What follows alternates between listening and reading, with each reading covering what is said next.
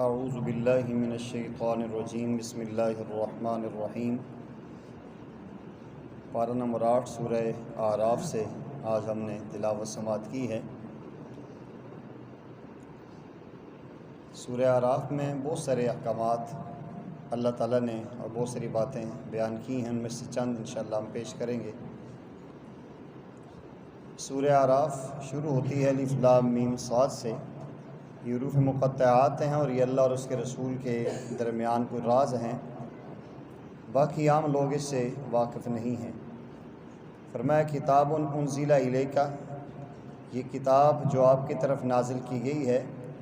فلا یکن فی صدرک حرج، بس اس کی وجہ سے آپ کے سینے میں کوئی تنگی نہ ہو، لتنذر بہ، تاکہ آپ ڈرائیں اس کے ذریعے، و ذکر للمؤمنین، اور یہ نصیحت ہے اہل ایمان کے لیے۔ فرمایا اتبعوا ما انزل الیکم من ربکم، لوگو آپ پیروی کرو اس کی جو اللہ جل جلالہ کی طرف سے تم پر نازل کیا گیا ہے، ولا تتبعوا من دونہ اولیاء، اللہ کو چھوڑ کے دوسروں رفیقوں کی، دوسرے لوگوں کی پیروی نہ کرو، قلیلا ما تذکرون، بہت کم لوگ ایسے ہیں جو نصیحت پکڑتے ہیں۔ اور جو انسان اللہ کو چھوڑ کے غیر کی طرف جاتے ہیں، اللہ تعالیٰ کا اچانک عذاب آتا ہے، انہیں پتہ بھی نہیں ہوتا۔ وَكَم مِّن قَرْيَةٍ أَهْلَكْنَاهَا فَجَاءَهَا بَأْسُنَا بَيَاتًا وَهُمْ قَائِلُونَ، فرمایا بہت ساری ایسی بستیاں ہیں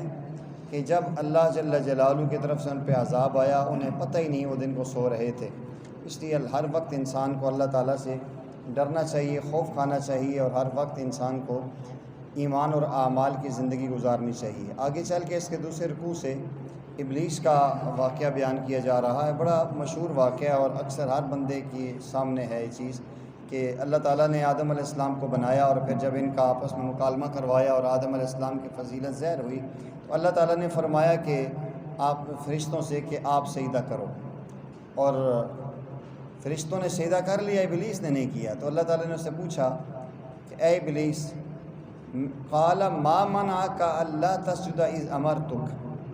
تجھے کس چیز نے منع کیا ہے جب میں نے تمہیں حکم دیا ہے سجدہ کرو، تم نے کیوں نہیں کیا؟ قال انا خیر منہ خلقتنی من نار وخلقتہ من طین، اس نے کہا کہ میں اس سے بہتر ہوں، میں افضل ہوں، اور دنیا کا اصول یہ ہے کہ افضل کے سامنے مفضول سجدہ کرتا ہے، افضل اپنے مفضول کے سامنے سجدہ نہیں کرتا۔ میں اعلیٰ ہوں تو آدم مجھے سجدہ کرے، میں آدم کو نہیں کرتا۔ اب یہاں اللہ تعالیٰ عقل کی بات تو نہیں کرنا چاہ رہے تھے، اللہ تعالیٰ نے تو اپنا ایک حکم صادر فرمایا تھا کہ میں اللہ ہوں، اور میں نے، اور وہ حکم بھی زبردستی مسلط نہیں کیا، دنیاوی اعتبار سے امتحان ہوا، امتحان میں آدم کامیاب ہوئے تو حق بنتا ہے ان کو فضیلت دی جائے، اس نے یہ چیز کی۔ اور خلقتنی من نار وخلقتہ من طین، میں آگ سے بنا ہوں، اور آگ کی فطرت بلندی کی طرف جاتی ہے اور مٹی ہمیشہ پستی کی طرف جاتی ہے، یہ مٹی سے بنا ہے۔ قال فاہبط منہا، فرمایا کہ نیچے اتر جائے یہاں سے، فما یکن لک ان تتکبر فیہا فاخرج انک من الصاغرین۔ یہ آگے چل کے اب دیکھیں کہ اللہ تعالیٰ غصے میں ہے اور اللہ کا جلال ہے، اور یہ شیطان اتنا ظالم ہے کہ علم بھی اس کے پاس کمال کا ہے، اور اس کے پاس معرفت بھی کمال کی ہے کہ اس کو پتہ ہے کہ اللہ کے غصے پہ اللہ کی رحمت حاوی ہے۔ اسی وقت کہتا ہے قال انظرنی الی یوم یبعثون، اے اللہ مجھے قیامت کے دن تک کی مہلت دے دے۔ تو اللہ تعالیٰ نے فوراً اس کو اجازت دے دی، مہلت مل گئی۔ جو ہی اس کو مہلت ملی تو اس نے آگے سے کہا کہ فبما اغویتنی لاقعدن لہم صراطک المستقیم، کہ اب جب مجھے موقع مل چکا ہے تو اللہ کے سامنے ڈٹائی سے کہتا ہے کہ اب میں ان بندوں کو گمراہ کروں گا، میں ان کے راستے میں بیٹھوں گا،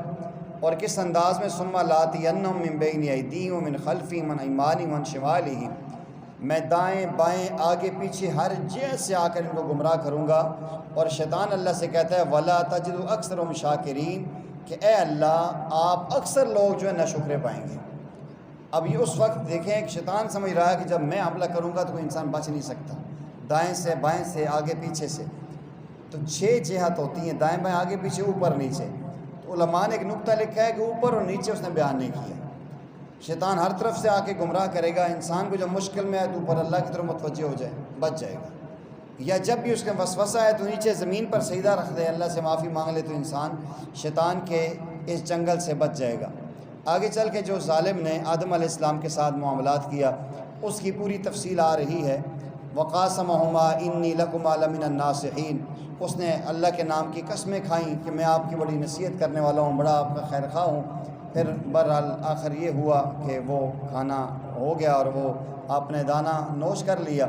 اس کے بعد اللہ تعالیٰ کی طرف سے آزمائش آئی، فوراً آپ نے ربنا ظلمنا انفسنا وان لم تغفر لنا وترحمنا لنکونن من الخاسرین اس دعا کا سہارا لیا۔ اللہ سے دعا کی کہ ہمارے رب، ہم نے اپنی جانوں پہ زیادتی کر لی ہے، اگر آپ نے ہمیں نہ معاف کیا، ہم پر رحم نہ کیا تو ہم نقصان اٹھانے والوں میں سے ہو جائیں گے۔ پر اللہ تعالیٰ نے آدم علیہ السلام کو ان کلمات کے بعد بڑا وقت لگا، اللہ تعالیٰ نے انابت قبول فرمائی، اور اس کے بعد پھر جو ہے کہ آدم علیہ السلام زمین پہ آ گئے۔ اب اللہ تعالیٰ ان آیات میں آگے چل کے کہتے ہیں یا بنی آدم، اے آدم کی اولاد، لا یفتننکم الشیطان، یاد رکھو یہ شیطان تمہیں بہکائے نا، کما اخرج ابویکم من الجنت، جیسے اس نے تمہارے ماں باپ کو جنت سے نکلوایا تھا۔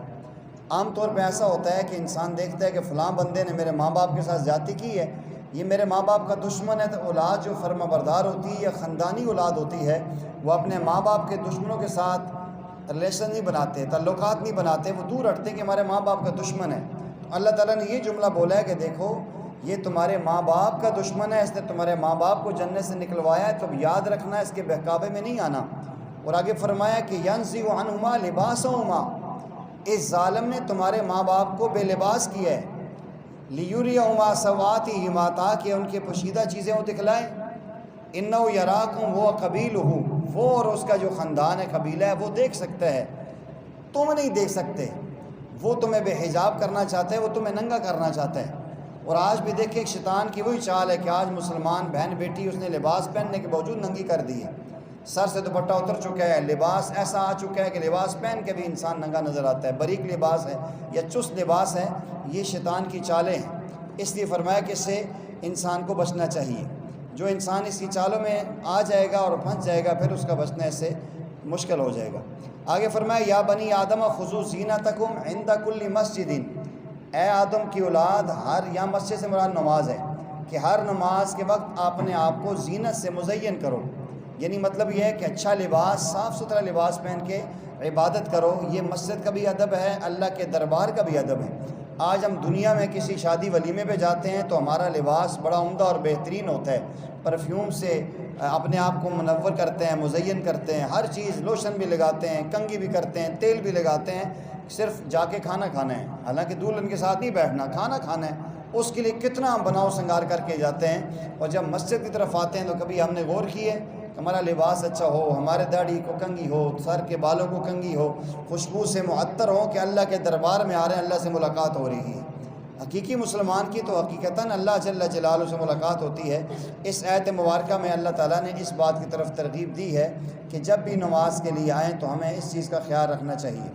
آگے چل کے فرمایا کہ جو لوگ اللہ اور اس کے رسول کی نافرمانی کرتے ہیں، یاد رکھیں ان الذین کذبوا بآیاتنا، بے شک وہ لوگ جنہوں نے ہماری آیات کی تکذیب کی، واستکبروا عنہا، اور اس سے تکبر کیا، لا تفتح لهم ابواب السماء، ان کے لیے آسمان کے دروازے نہیں کھولے جائیں گے، ولا يدخلون الجنہ، اور نہ انہیں جنت میں داخل کیا جائے گا، حتی یلج الجمل فی سم الخیاط، یہاں تک کہ سوئی کے ناکے سے اونٹ نہ گزر جائے۔ یہ تعلیق بالمحال ہے، بالکل ہو ہی نہیں سکتا، سوئی کی ناکے سے اونٹ کیسے گزر سکتا ہے؟ فرمایا جب سوئی کے ناکے سے اونٹ نہیں گزر سکتا تو نہ یہ آسمان کے دروازے کھولے جائیں گے اور نہ یہ جنت میں داخل ہو سکتے ہیں۔ ہم پیچھے گزر چکے ہیں، وہ آیات گزشتہ درس میں بیان تو نہیں ہو سکی کہ جب اہل ایمان نیک لوگ فوت ہوتے ہیں ان کے لیے آسمان کے دروازے کھلتے ہیں،